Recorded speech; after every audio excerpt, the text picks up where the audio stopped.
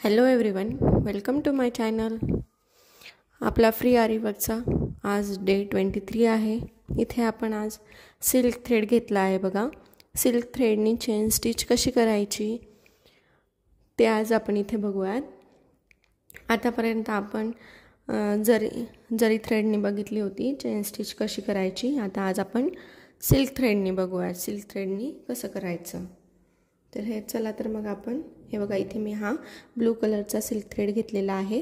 याच्यात colour wise म्हणजे तुम्हाला जो कलर लागतो तो भरपूर कलर याच्यात अवेलेबल असतात. इथे मी मुद्दामून हा कलर घेतला आहे जेणेकरून आपला फॅब्रिक हा व्हाईट असल्यामुळे हा कलर इथे उठून दिसेल.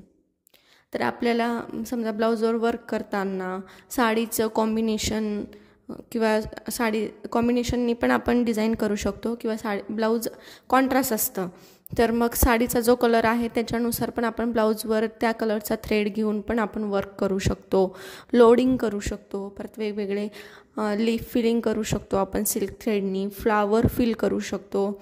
खूप छान छान डिझाईन आपण सिल्क थ्रेडनी करू शकतो. आणि हा सिल्क थ्रेड कसा शाईन असते ह्या थ्रेडला, म्हणून त्यामुळे खूप छान आणि खूप सुंदर याच्याने वर्क येतं. फक्त एवढं आहे की फिनिशिंगनी आणि व्यवस्थित करायचं असतं. कारण की इथे कसं असतं माहिती आहे का, हा आपण जरीचा थ्रेड हा सिंगल म्हणजे एक दोरा घेऊन केलेलं असतं. इथे तसं नाही. इथे आपल्याला आता आपण इथे डबल थ्रेड घेणार आहे. तिथं सिंगल थ्रेड घेत होतो आपण, इथे आपण आता डबल थ्रेड घेऊन चेन स्टिच करणार आहे. त्यामुळे हे जरा सावकाश आणि काळजीपूर्वक करायचं, जेणेकरून काय होतं, डबल थ्रेड घेतल्यामुळे कधीकधी एक थ्रेड खाली राहतो, एक थ्रेड वर येतो, मग त्याने फिनिशिंग दिसत नाही. कधीकधी ते उचकल्या जातं, मग ते कसं व्यवस्थित दिसत नाही. त्याच्यामुळे काय करायचं, थोडी याची पण जास्त प्रॅक्टिस करायची. आणि मग प्रॅक्टिस केली की व्यवस्थित फिनिशिंग सहित आपलं काम छान होतं. चला, तर मग आता आपण सुरुवात करूयात.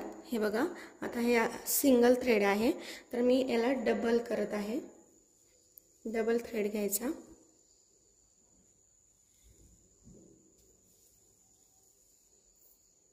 हे बघा, असं मी हा डबल थ्रेड घेतलेला आहे.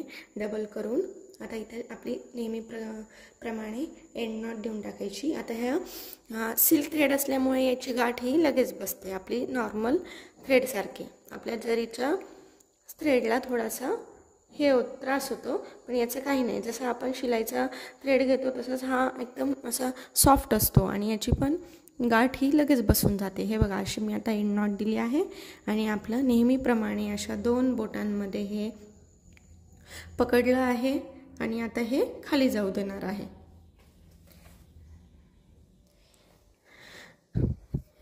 हे बघा, इथे आता मी एक लाईन ड्रॉ करून घेतली आहे, याच्यामुळे की आपली स्ट्रेटमध्ये येण्यासाठी. त्याच्यामुळे मी ही एक लाईन ड्रॉ केली आहे. आता इथे बघा, लास्टच्या टोकाला मी इथे निडल पंच केली आहे, खालचा थ्रेड वर काढून घेतला आहे. हे बघा, दोन्ही पदर आले का, दोन्ही थ्रेड वर आले का बघायचं. कारण नवीन काय होतं, काहींचा एक पदर सुटतो, काहीचा नाही सुटत. म्हणजे काहींचा एक पदर सुटतो, मग एक सुटला की ते एक खाली राहतो, एक वर होतो. मग कधी ह्या सिल्क थ्रेडमध्ये काय होतं, गुंता पण होतो. गुंता झाला की मग ते खूप गाठी पडतात आणि ते सिल्क थ्रेडच्या गाठी काही निघत नाहीत लवकर. त्याच्यामुळे थोडं काळजीपूर्वक बघून करायचं. हे बघा, आता मी हा वरती काढून घेतला आहे थ्रेड. आता परत आपण जसं जरीच्या थ्रेडनी केलं आहे, शिकलो आहे ना, तसंच सेम करायचं आहे. फक्त तिथे सिंगल थ्रेड होता, इथे डबल थ्रेड येणार आहे, एवढाच फरक आहे. परत इथे हे बघा, मी निडल पंच करते. परत पहिल्या हुकमधनं दुसरा हुक बाहेर काढला आहे. हे बघा, इथे हा जो आपण साखळी टाका करणार आहेत ना, जी चेन करणार आहे ना, ती जास्त मोठी पण नाही करायची, जास्त छोटी पण नाही करायची. पहिल्यापासून प्रॅक्टिस करतानाच ही फिनिशिंगमध्ये प्रॅक्टिस करायची, जेणेकरून आपल्याला नंतर प्रॅक्टिस केल्यावर जो हात वळतो आणि नंतर मग मोठमोठी समजा आपण चेन केली आणि त्याच्यानंतर परत आपल्याला प्रॅक्टिस करण्यासाठी छोटी चेन करायची आहे, मग त्याला खूप असा त्रास होतो की पटापट जमत नाही, हात वळत नाही. मग की जेणेकरून आपल्याला ती सवय लागलेली असते, मग याच्यात थोडं अवघड जातं. मग त्याच्यापेक्षा प्रॅक्टिस करतानाच व्यवस्थित प्रॅक्टिस करायची, जेणेकरून आपल्याला डबल प्रॅक्टिस करायचं काम पडणार नाही. हे बघा, आता परत मी तसंच करत आहे. निडल पंच करते, खालचा थ्रेड निडलमधून वर काढते. परत हे बघा, निडल पंच केली, खालचा थ्रेड वर काढून निडलला टर्न घेऊन वर पहिल्या हुकमधनं हुक बाहेर काढला. हे बघा, आणि माझी चेन बघा तुम्ही एकसारखी येत असते. हे बघा, तसं तुम्ही प्रॅक्टिस थोडी व्यवस्थित करायची करतानाच, मग जेणेकरून डबल प्रॅक्टिस करायचं काम पडत नाही. हे बघा, आणि काय होतं कधी कधी हा सिल्क थ्रेड आहे ना, हा कधी कधी निडलच्या फ्रंट म्हणजे जो समोरचा आपलं हे आहे टोक, जे की इथं हे बघा, इथे थोडंसं असं हे असतं, आपल्याला काय म्हणतात त्याला, हे बघा, त्याला असं थोडंसं टर्न असल्यासारखं आहे, ज्यात आपलं थ्रेड अटकतो. त्याच्यात काय होतं कधी कधी आपल्या ह्या सिल्क थ्रेडला नाही का असे बारीक बारीक दोरे, म्हणजे बारीक बारीक थ्रेडनी एक लाईन तयार झालेली असते. कधी कधी काय होतं, ह्या समोरच्या टोकामध्ये ना हे थ्रेड अटकतात, तर त्याच्याने काय होतं, असे परत असे बारीक बारीक बारीक दोरे निघतात. ते पण होतं कधी कधी. म्हणून सिल्क थ्रेडचं काम करताना थोडं काळजीपूर्वक करायचं, कारण की ते तसे दोरे निघले ना तर फिनिशिंग अजिबात व्यवस्थित दिसत नाही. आणि कितीही छान डिझाईन केली आणि तसं जर का म्हणजे दोरे निघले ना तर व्यवस्थित फिनिशिंग अजिबात दिसत नाही. त्याच्यामुळे सिल्क थ्रेडचं काम करताना थोडं लक्षपूर्वक आणि काळजीपूर्वक करायचं. हे बघा, परत निडल पंच केली, खालचा थ्रेड निडलला टर्न घेऊन खालचा थ्रेड वर काढला. परत तसंच करायचं. पहिले थोडं हळूहळू करायचं, वेळ लागतो, पण नंतर एकदा थोडी जास्त प्रॅक्टिस केली ना की आपल्याला पटापट जमतं. हे बघा, हे सिल्क थ्रेडचं वर्क पण खूप छान दिसतं. जर पीकॉकचे फेदर्स वगैरे आपल्याला फील करायचे असेल किंवा पुन्हा पीकॉक बटरफ्लाय वगैरे फील करायचं असेल तर आपण ह्या सिल्क थ्रेडनी कलर वाईज करू शकतो. तर खूप सुंदर दिसतं याचं वर्क. आपण आता पुढे एक एक डिझाईन शिकूयात, त्यात मी दाखवेलच तुम्हाला.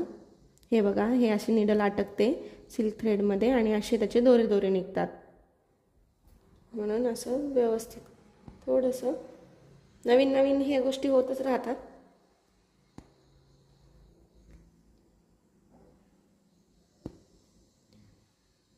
व्हिडिओ पूर्ण बघा, म्हणजे मी ज्या ज्या छोट्या टिप्स देते त्या सगळ्या तुमच्या लक्षात येतील.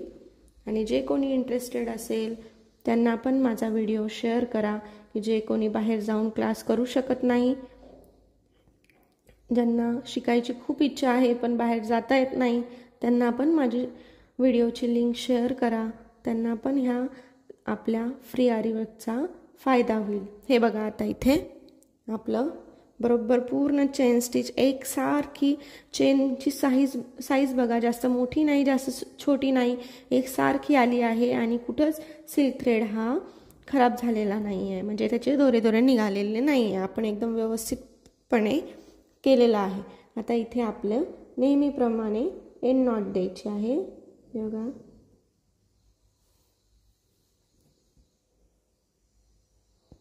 बघा, पहिलं हुक थोडं मोठं काढायचं,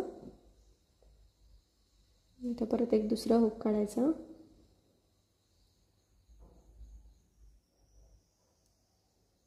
इथे डबल थ्रेड असल्यामुळे काय होतं, सुईमध्ये ते अटकतं आपल्या निडलमध्ये.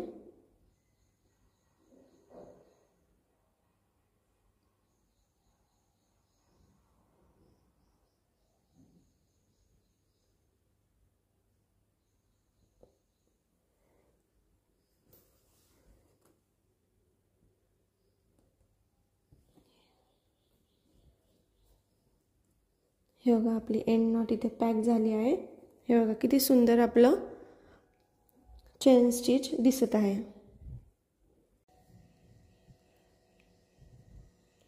चला तर मी भेटूया उद्याच्या व्हिडिओमध्ये. व्हिडिओ आवडला असेल तर नक्की लाईक, शेअर आणि सबस्क्राईब नक्की करा. Thank you for watching.